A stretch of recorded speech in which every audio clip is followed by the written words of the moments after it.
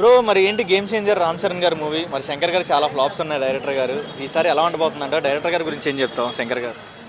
ఎందుకంటే శంకర్ గారు చాలా సినిమాలు తీశారు. ఎందుకంటే one of the best directors in India చూసుకుంటే. ఎందుకంటే ఏ టెక్నాలజీ తెలియని రోజుల్లోనే అప్పుల్లోనే రోబో సినిమా తీసి హిట్ కొట్టారు డైరెక్టర్.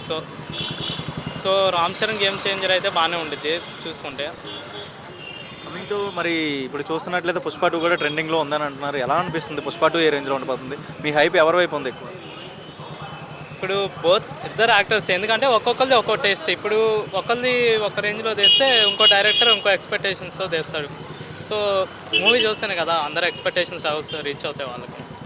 మీ హైప్ ఎవరి వైపు ఉందంటుంది ఎక్కువగా ట్రెండింగ్లో? ట్రెండింగ్ వచ్చేసి చూడాలి, రెండు బాగానే ఉంటాయి. హైప్ అండి.